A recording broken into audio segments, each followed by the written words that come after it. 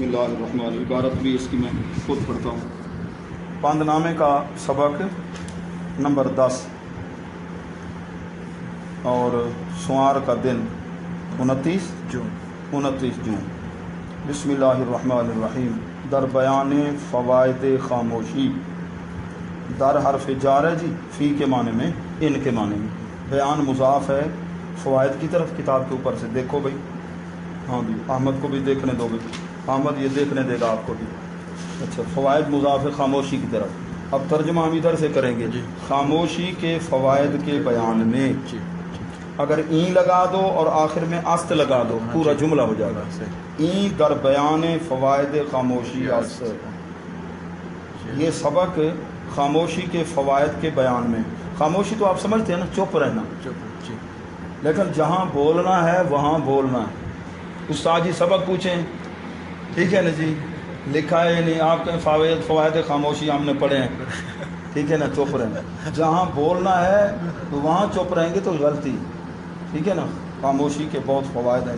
اے برادر گر تو ہستی حق طلب. اے بھائی اگر تو ہستی ہے حق طلب، حق کو طلب کرنے والا. اگر تو ہے حق کو طلب، حق کی طلب تو ہے نا ہر مسلمان. جوز سوا بفرمان خدا، اللہ کے فرمان کے سوا. مکشا نہ کھول لب ہونٹ. مکشا لب کا مطلب نہ بول. اگر تو کہتا ہے حق مجھے ملے، اللہ کی معرفت ہو، تو پھر جب بھی بولے اپنے رب کا فرمان، اس کے محبوب کا فرمان، یعنی اچھی بات، ادھر ادھر کی کوئی فضول بات، ٹھیک ہے نا. پہلے تولو پھر تھنک بیفور یو سپیک. فکر مرارن ثم قل. پہلے تولو پھر بولو. زبان کو صحیح استعمال کرنا ہے. اچھا جی، حق، ٹھیک ہے نا. حق باہو، ٹھیک ہے نا. یہ توحید کا حیضہ جن کو ہو جائے وہ کہتا ہے دیکھو جی سلطان باہو کو انہوں نے حق کہہ دیا. حالانکہ حدیث پاک میں کہ اللہ کے محبوب نے فرمایا جنت حق ہے، جہنم بھی حق ہے، نظر کا لگ جانا بھی حق ہے. تو حق ہر جگہ اللہ کے لیے نہیں ہے. حق کا معنی ثابت ہے، سمجھے. اور ہاں، دوسرا شعر کیا ہے؟ آپ فرماتے گر خبرداری ز حی لا یموت، بردہان خود بنے مہر سکوت. مہر کا معنی مہر، اگر زبر پڑھو تو مہر، ملک سے مہر، نیچے زیر دے دو تو مہر. مہر کا معنی سورج، مہر کا معنی محبت. دو معنی ہو گئے. مہر علی ہے حب نبی، حب نبی ہے مہر علی. تو مہر، مہر، مہر. ادھر مہر، حق المہر، ٹھیک ہے. مہر سکوت، خاموشی کی مہر. بنے میں نے تو رکھ خود اپنے دہان، منہ، اپنے منہ پر. اگر تو حی لا یموت، حی اللہ کی ذات، خود بھی زندہ دوسروں کو زندگی عطا کرے. قیوم خود بھی قائم دوسروں کو بھی قائم رکھے. لا یموت جس کو کبھی موت نہیں آئے گی، وہ اللہ کی ذات ہے، ٹھیک ہے نا. اللہ کی ذات ہے. اگر تو حیو لا یموت ذات کے بارے میں خبر رکھتا ہے تو اپنے منہ پر خاموشی کی مہر لگا لے. خاموشی کی مہر. تصوف کے اندر ایک مقام آتا ہے تو وہاں خاموشی، آنکھ کو بھی بند رکھنا پڑتا ہے اور باہر سے آوازیں بھی ادھر ادھر کی نہ آئیں. اس وقت آگے روحانی ترقی کا وہ سلسلہ جاری و ساری ہوتا ہے. اس وقت لب بھی بند، چشم بھی بند، گوش بھی بند. گر نہ بینی سر حق بربا بخند. مولانا روم فرماتے ہیں ان کو بند کر لے، اور اگر اللہ کے راز تجھے نظر نہ آئے تو پھر کہنا رومی نے ایسے بات کر دی. کیونکہ دل کے حوض کے اندر گندا پانی انہی راستوں سے جاتا ہے، یا زبان سے، یا آنکھ سے، یا کانوں کے ذریعے. کانوں سے فوش گانے سنے گا، آنکھ سے ساتھ بے حیائی کی نیت سے بری نگاہ، بد نگاہی کرے گا. قیامت کے روز سیسا پگھلا کے اس کی آنکھ میں ڈالا جائے گا. اور زبان کے ساتھ بد زبانی کرے گا. تو ان راستوں پر چوتھا راستہ ہے سوچنے کا. یہ 4 راستے ہیں، ان پر پابندی لگائے. کہتا ہے کہ اگر تو حی لا یموت ذات کی معرفت حاصل کرنا چاہتا ہے نا تو پھر پرہیز یہ کرنا پڑے گا، ٹھیک ہے نا. پرہیز کرنا پڑے گا. تو ایک حدیث پاک میں نے پڑھا تھا، حضور علیہ السلام سے پوچھا کہ فلاں آدمی نماز بھی پڑھتا ہے پھر وہ فوش گانے بھی سنتا ہے، تو فرمایا لا صلاۃ لا صلاۃ لہ لا صلاۃ لہ. اس کی نماز کا کوئی اعتبار ہے، اس کی نماز کا کوئی اعتبار ہے. اے پسر، تیسرا شعر. پند و نصیحت گوش کن اے بیٹے پند میں نے نصیحت، نصیحت میں نصیحت جی یہ عطف تفسیری اس کو کہتے ہیں جی پہلا لفظ معطوف علیہ بعد والا معطوف جب ایک ہی معنی دونوں کا ہو اس کو کہتے ہیں عطف تفسیری، عطف تفسیری۔ اے بیٹے نصیحت کو گوش کن یعنی سن، ٹھیک ہے نا، اور دل کے کان سے سن۔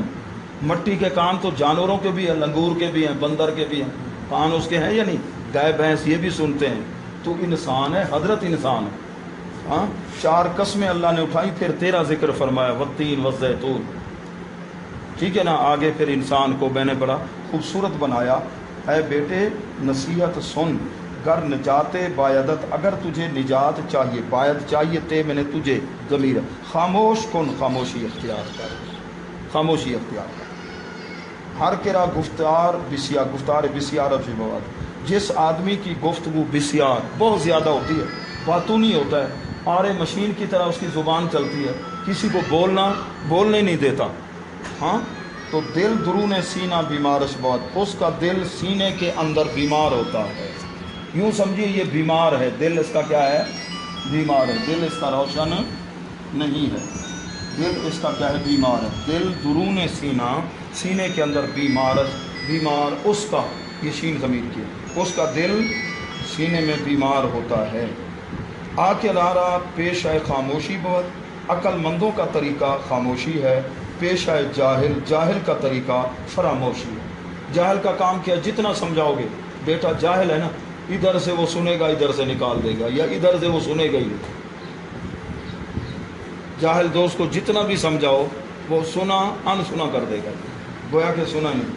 پیش آئے جاہل فراموشی بہت، خاموشی، یہ شاعروں کو اجازت ہوتی نا خاموشی کو، لکھا خاموشی، از کس وہ غیبت وعدے بس، خاموش رہنا جھوٹ اور غیبت سے یہ ضروری ہے۔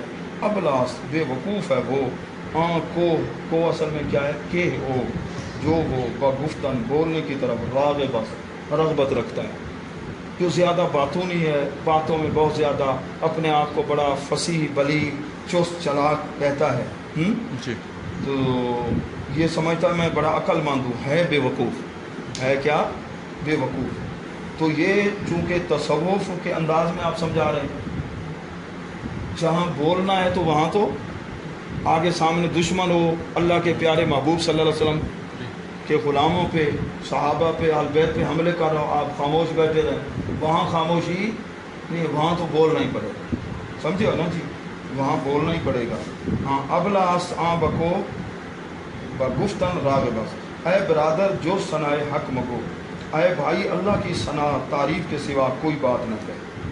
اللہ کی تعریف، اللہ کے محبوب کی نعت پڑھیں گے تو یہ بھی تو اللہ کی تعریف ہے جی، اللہ کے بندوں کی تعریف کریں گے، کیونکہ جس کی تعریف کرو گے وہ کمال کس نے رکھا؟ جی حضور داتا علی حجویری کی تعریف ہم کریں، ہاں حضور غوث اعظم رضی اللہ تعالیٰ کی تعریف کریں گے تو یہ اللہ نے کمال عطا فرمایا نا، جی ہاں اس واسطے سے وہ اللہ کی تعریف کہلائے گی، ایک ڈائریکٹ ہے مخلوق کے واسطے سے۔ اے بھائی اللہ کی تعریف کے سوا کوئی بات نہ کہے، قول خود را، اپنی بات کو برعز برائے دک مکو، اپنی بات کو دک کے لیے، اچھا دکا یا تک کو دقیق، آٹے کو بھی کہتے ہیں دکا، ایک تو دکل ہوتا ہے نا، وہ تو دروازہ کھٹکھٹانا، ایسی بات کرنا کہ کسی کے دل کو کیا ہو؟ تکلیف ہو، ٹھیک ہے نا، ستانا، ٹھیک ہے نا، بات ستانے کے لیے نہ کہے، بات ستانے کے لیے نہ کہے۔ اچھا جی، بات میٹھی ہو، لہجہ کیا ہو؟ میٹھا ہو، پیار والا، پھر کیا ہوگا؟ زبان شیریں جہانگیری، زبان میں مٹھاس، جہان میں سرداری ہوگی، جہان میں کیا ہوگی؟ سرداری۔ اچھا ہر کے در بند عمارت میں شور، ہر کے دار جملہ غارت میں شور، جو آدمی رات دن تعمیر میں لگا رہے، یعنی اپنے آپ کو ترقی دینے میں، ترقی دنیاوی، جو کچھ رکھتا ہے وہ سارا غارت برباد ہو جائے، دنیا میں چھوڑ کر ہی چلا جائے گا نا، یعنی سیدھے راہ سے بڑھ رہی ہے۔ مقصد کیا ہے میرا اس دنیا میں آنے کا؟ دل ز پر گفتن بے میرت در بدن، گرچہ گفتارش بود در ادن، ادن ایک شہر کا نام ہے، وہاں کے موتی مشہور ہے، ٹھیک ہے نا، مشہور ہوتے ہیں نا مربی، وہاں جی وہ چوک پر پکوڑے ملتے ہیں، پکوڑے والے چوک، سموسے مشہور ہیں جی، ٹھیک ہے نا، ایسے ادن کا شہر، وہاں کے در موتی مشہور تھے، کہتے ہیں دل سے پرگفتان میں زیادہ بولنا، دل زیادہ بولنے سے مر جاتا ہے جسم میں، دل مردہ ہو جاتا ہے۔ جب دل مردہ ہوگا پھر نماز میں لطف نہیں آئے گا، قرآن کی تلاوت کرو گے لطف نہیں آئے گا، اگرچہ گفتگو ادن کے موتی کیوں نہ، ادن کے موتی، تو یہ تصوف کی گہرائی میں گفتگو فرما رہے ہیں۔ اب دیکھو جب طالب علم ہے وہ سر پڑھ رہا ہے تو وہ تو بہت اونچے اونچے سے زبان چلائے گا نا، ناوی ہے تکرار کرے گا، تقریر کے لیے پریکٹس کرنی پڑے گی، مناظر تیاری کرے گا، مناظرے کے اندر ہاں جی گفتگو اس قسم کی۔ آپ جو بول رہے ہیں جس وقت اللہ کی معرفت حاصل کرنی ہو نا تو پھر یہ پابندی ہوتی ہے، سمجھے ہو نا؟ ہاں چاہتے ہو کہ وہ راز باطن کی، ٹھیک ہے نا، وہ باطنی علم نصیب ہو تو پھر ان ظاہری اعضاء پر ذرا پابندی لگانی پڑے گی، پھر اس کے بعد باطن کیا ہو جائے گا، روشن ہو جائے گا۔ آنکھ سائی اندر فصاحت میں کنت، چہرہ دل را جراحت میں کنت۔ جو فصاحت کے اندر سائی کوشش کرتا ہے کہ میں جملے جی بڑے فصیح بلیغ بولوں، ایسی شعر و شاعری، ایسے جملے بولوں کہ لوگ بس ورطہ حیرت میں کھو جائیں، حیران ہو جائیں کہ یہ جملہ تو حضرت سے میں نے سنا ہے، یہ جملہ کسی نے اگر پہلے بولا ہو تو میں خطابت ہی چھوڑ دوں گا، خطیب کہتے ہیں، ٹھیک ہے نا، یہ جملہ پہلی بار میں ہی بول رہا، اس قسم کی۔ تو یہ اندر کی جو ہے نا وہ اصلاح نہیں ہو رہی، اندر میں کچھ اور ہوتا ہے، سمجھے ہو نا؟ کہتے ہیں یہ جو کوشش، ایک شاعر صاحب وہ ایسے اپنے کلام کو جی ٹھیک ہے نا بڑی زور دے کر ایسے پڑھ رہے تھے، اور وہ دانت ان کے کیا تھے، سمجھے ہو نا، مصنوعی تھے، زور لگایا تو میز پہ آ گئے، جلدی سے خیر اٹھا کر منہ میں ڈال لیے، پھر دوبارہ زور لگایا کسی لفظ میں پھر گر گئے، تو سامنے ایک صاحب بیٹھے تھے، حضرت کچھ سنائیں گے یا کیسٹیں بدلائیں گے؟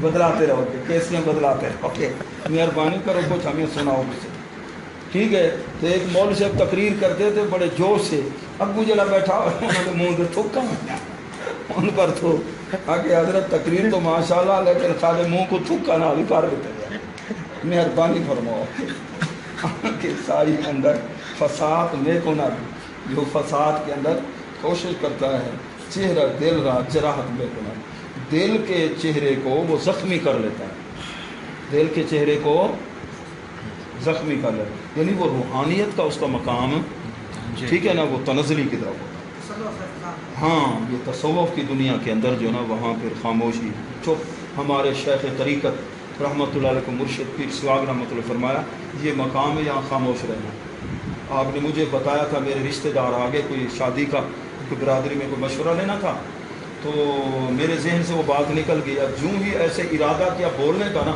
میری پشت پر ایسے مکہ لگا 150 میل دور مرشد کریمی، اور آواز بھی آئی کہ کس مقام پر بیٹھے ہو، فوراً میں خاموش، ہمارے مرشد کریم، ہمارے مرشد کریم، ٹھیک ہے نا، حضرت خواجہ صوفی نور منصور، کل ہمارے وہ شاگرد وہاں پہنچے شاہد، اور پھر فون کیا، میں نے دعا مانگی، سلطان العارفین کی بارگاہ میں بھی حاضر ہوئی، پیر سواگ رحمۃ اللہ پیر باری صاحب، ہمارے پیر صاحب کی بات، میرے شاگرد ہیں محمد شاہد ہے اور یونس ہے اور شہباز، یہ تینوں گئے تھے حضرت صاحب کی بارگاہ میں بھی حاضر ہوئی، ان کی بھی رو، آخری 2 شعر ہیں جی، یہ رو سے مراد یہ رو نہیں ہے گنے کی جو رو ہوتی ہے اس طرح کی رو سے رہنا گنے کی، ٹھیک ہے، رو کا معنی تو جا، رفتن جانا، رواد مضارع رو، زبان را زبان کو در دہاں منہ میں محبوس رکھ، قیدی رکھ، جا بات سن لے زبان پہ کنٹرول، ٹھیک ہے نا، زبان پہ کنٹرول کر، وز خلائق مخلوق اور مخلوق سے خیش رکھ، اپنے آپ کو مایوس دار مایوس رکھ،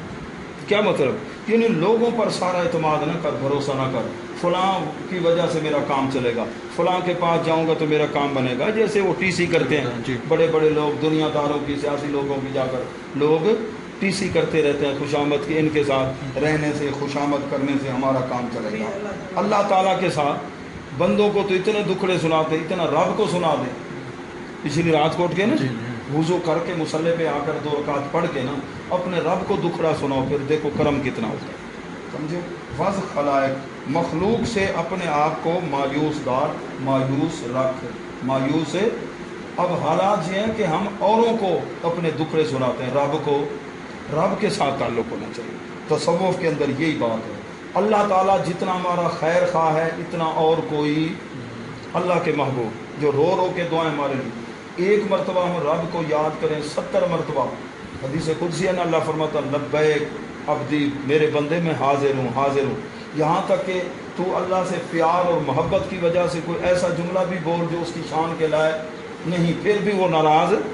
وہ محبت میں کہہ رہا تھا نا، اے اللہ تو میرے پاس آتا، میں تجھے تیل لگاتا تیری خدمت. حضرت موسیٰ علیہ السلام نے ناراضگی کا اظہار فرمایا، صاحب شریعت رسول، اور وہ روتے ہوئے اٹھ کر چلا گیا. کوطور پہ پہنچے، اللہ نے فرمایا میں نے تو بھیجا تھا کہ لوگوں کو میری بارگاہ میں حاضر کرو گے فصل کے لیے، آپ نے فصل کر دیا. وہ جیسے بھی محبت میں بیٹھا تھا نا، مجھے اس کی باتیں بڑی پیاری لگ رہی تھی. اس کو تلاش کرو، دیکھو اللہ کو کتنا پیار ہے، ہاں کتنا محبت ہے. اور مشکات شریف کی ایک حدیث بھی ہے، اللہ کے محبوب نے وہ سمجھایا مثال سے کہ اس کے پاس اونٹنی میں پانی تو رکھا تھا، سفر کرتے کرتے آگے اونٹنی کو بٹھایا، ہو گیا اب آنکھ کھلی، سخت پیاس لگی ہے کہ اس کے ذہن سے بات نکل گئی، شاید پانی نہیں، ادھر ادھر تلاش کرتا ہے. اب اسے یقین ہو جاتا ہے کہ میں ادھر پیاسا مر جاؤں گا. اس حالت میں اس کو فوراً ذہن میں آتی ہے بات، وہ اللہ کے پانی تو تیرے پاس ہے، پانی اٹھا دے. اتنا خوش ہوتا ہے اللہ کی بارگاہ میں. پھر ٹھیک ہے نا جی، عرض کرتا ہے یا اللہ تیرا کرم ہے. اللہ تعالیٰ کی تعریف کرتے ہوئے کرتے کرتے یا اللہ تو میں تیرا رب ہوں، تو میرا بندہ ہے، اس قسم کی. تو اللہ تعالیٰ ناراض اسے نہیں ہوتا. سمجھے کہ نہیں سمجھے؟